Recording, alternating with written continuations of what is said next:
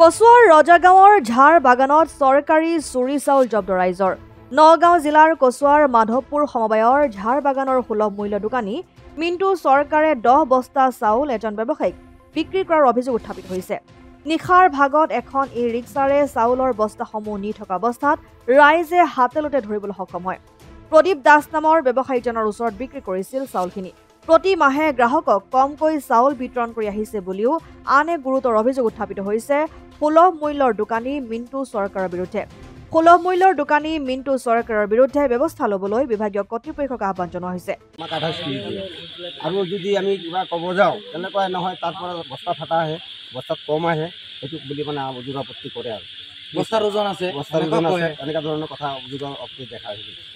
এই চাউল কালিয়ে দিছোঁ, কালিও মোক কম দিছে, 2 কেজি চাউল কম দিছে, এইটোৱে কথা। চাউলটো এনেকৈ কি ক'ব ৰাইজে, যিহেতু ধৰিব লাগে, উচিত বিচাৰটো লাগে, আমাৰ উচিত বিচাৰটো হ'ব লাগে ৰাইজক, মানে এইটোৱে কৈছোঁ আমি। কিমান 10 পেকেট আছে ইয়াতে, 10 ডিলাৰজন নাম কি আছে? কোন সমবায়ৰ আণ্ডাৰত? এইটো দক্ষিণৰ বাগান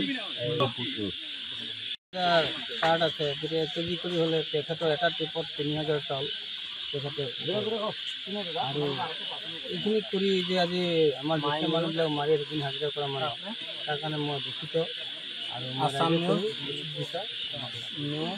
কচুৱাৰ পৰা গুলজাৰ হুছেইনৰ ৰিপৰ্ট, অসম আদিত্য।